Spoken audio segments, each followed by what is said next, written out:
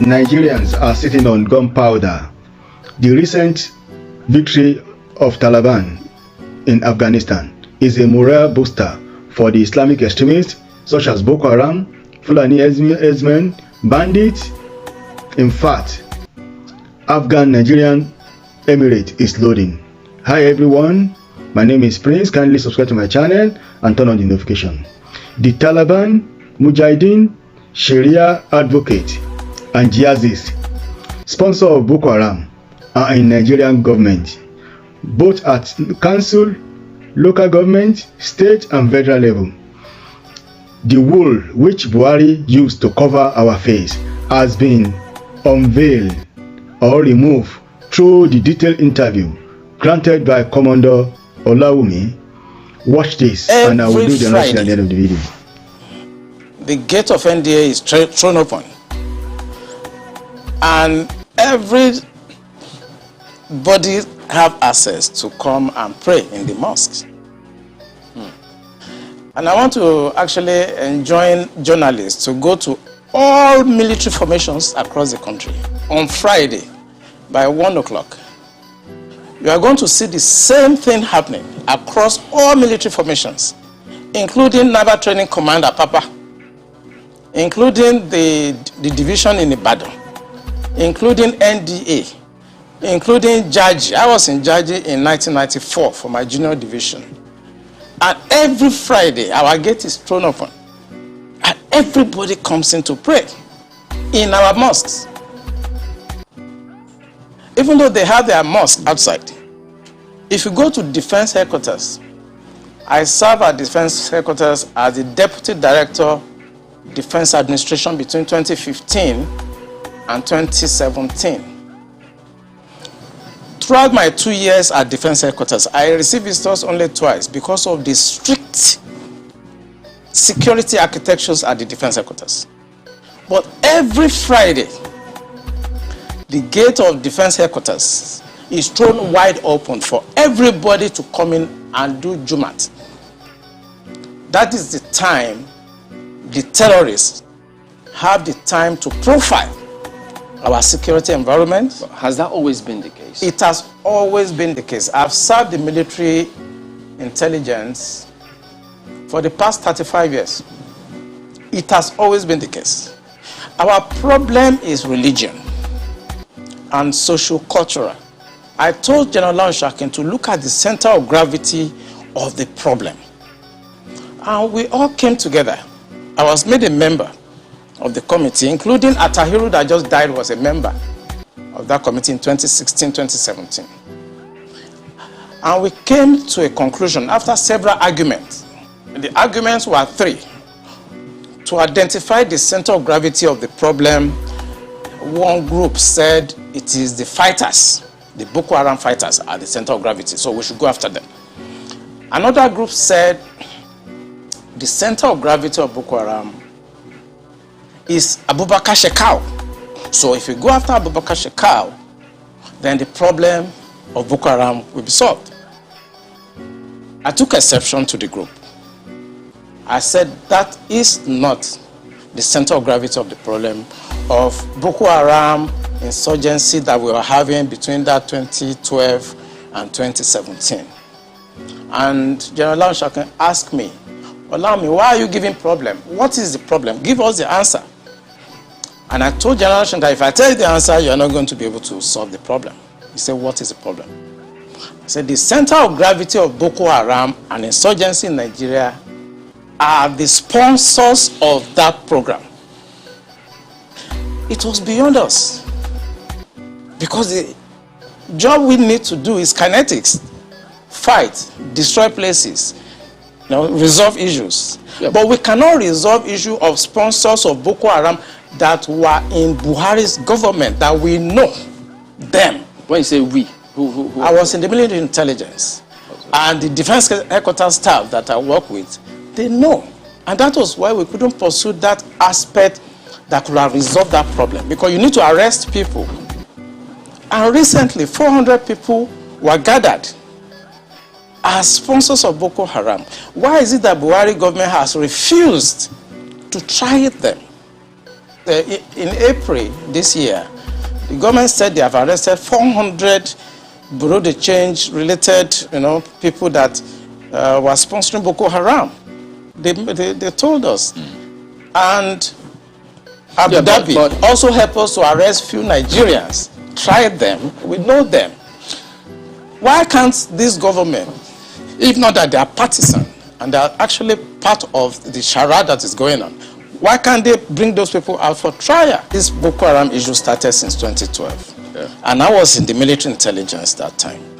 We arrested those people. It is my organization that actually conducts interrogation and interview. And they mention names. I mean, I can't come on the air and start mentioning names of people that are presently in government now that I know. Presently in government.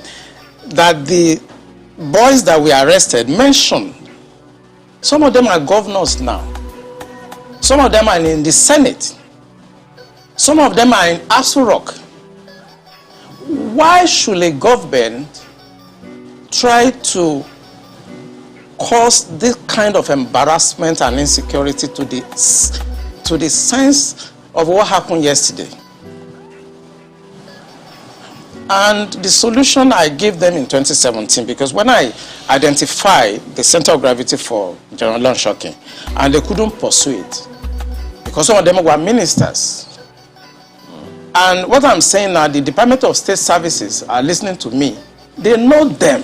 Yeah, Commodore. So the solution I gave them was that if we can't pursue the policy strategic level, because the people that we need to talk to are also, going to be difficult to deal with. I said what they should do now is to conduct two things. We should buy blimps.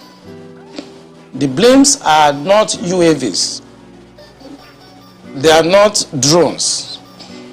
Blimps are equipment that can fly up to 10,000 feet, 30,000 feet, static if you want, mobile if you want, and they carry a lot of payload. We saw them in Afghanistan. We saw them in Kenya.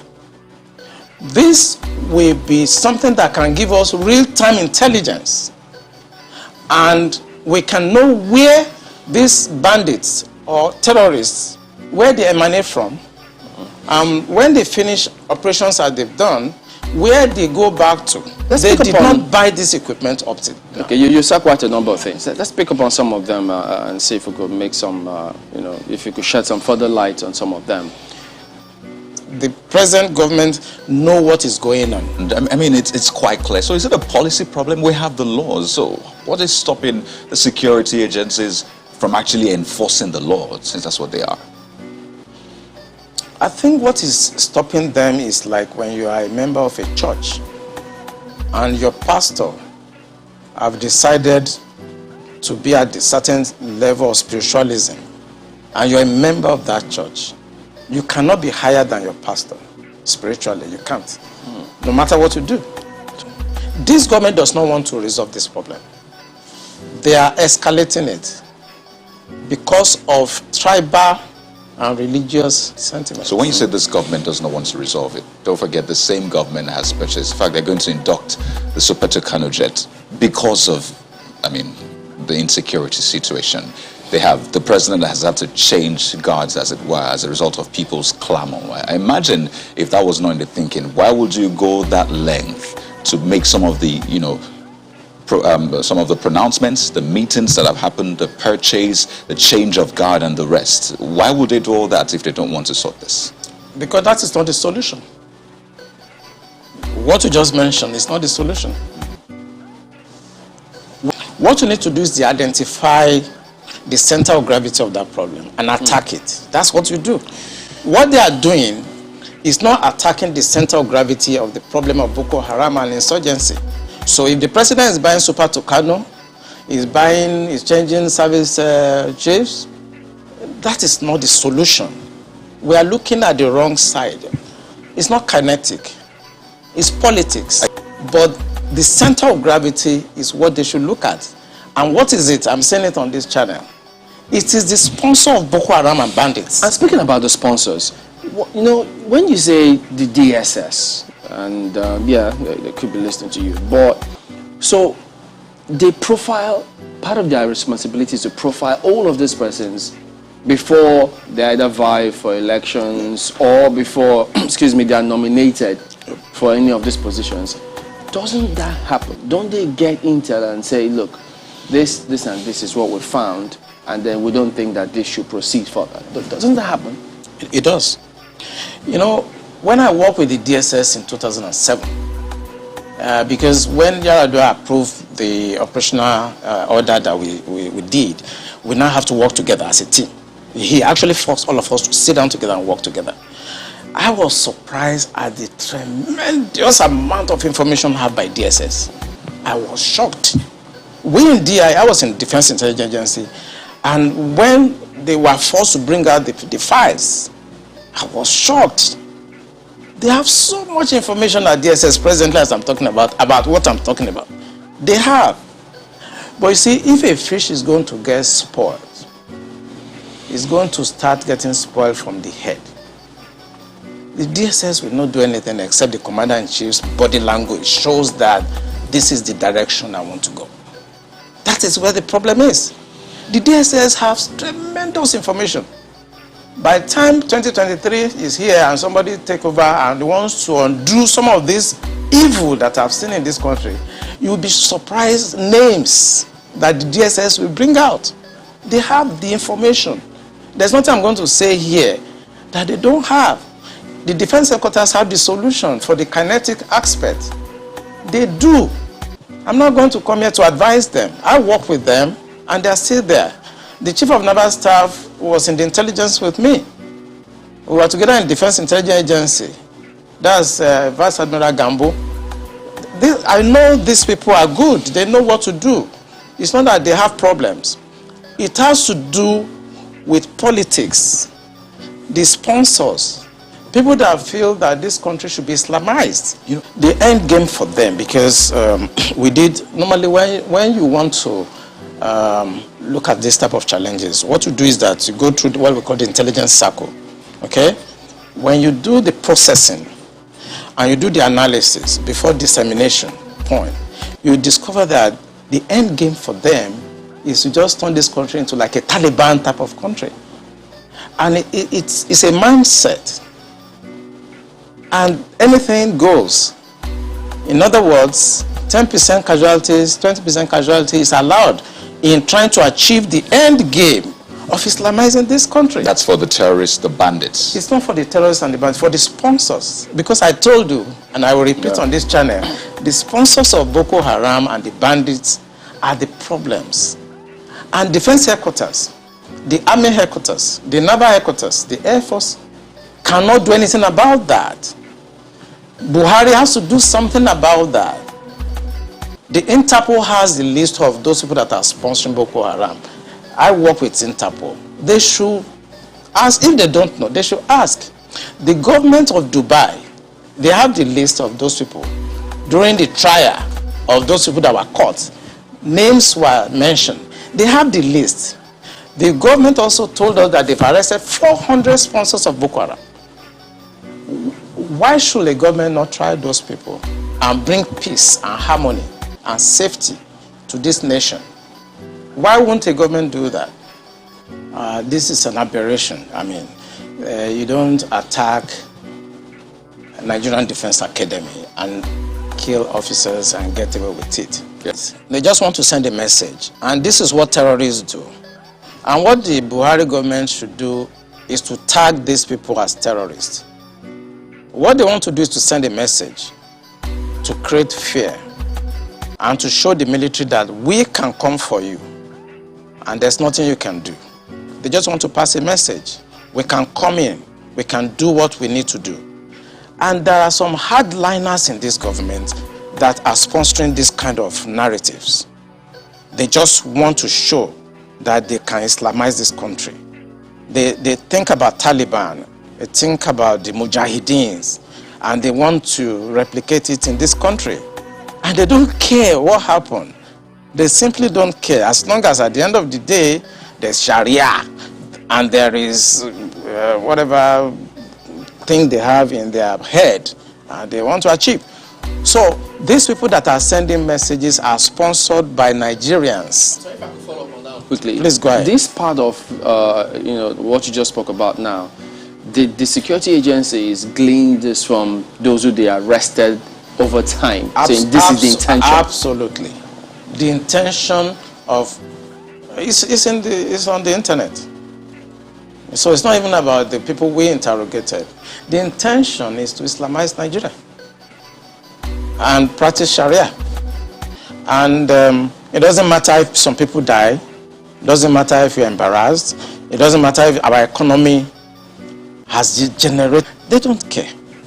As long as at the end, the Quran is at the sea. So some people in this country have this mindset. And we must tell the truth. If you tell the truth, you die. If you don't tell it, you die. Some people have this mindset to Islamize the nation. And they are in the government. And people know them. The DSS know them. The NIA know them. The DIA knows them. Because it is the DIA that conducted the operations that arrested these sponsors. So they know them. The analysis. There cannot be smoke without fire. Definitely, all Nigerians knows that there is fire on the mountain in Nigeria. 32 out of 34 local governments of Katsina State. Katsina State is the home of President Buhari, and he comes from Daura in Katsina State. 32 out of 34 local governments are under the control of the bandits who have got Islamic ideology, and they are terrorists. In the northeast of Nigeria, bandits are running parallel government. They are collecting taxes.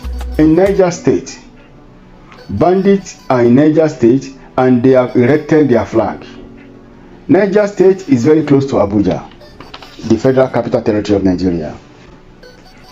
There is going to be a time when there is going to be a time with the way Buhari is handling the bandits who are having Islamic ideology and they are terrorists. The way Buhari is handling them, there will be a time they will overrun Aso Rock, and the jihadist advocates and Boko Haram sponsor in the government will quickly give in and support the terrorists to declare Islamic Emirate State of Nigeria. Indigenous people of Nigeria need to form alliance to demand for self-determination. Delay is dangerous. Leave your thoughts in the comment section. Subscribe to my channel. Share. Like my video. God bless.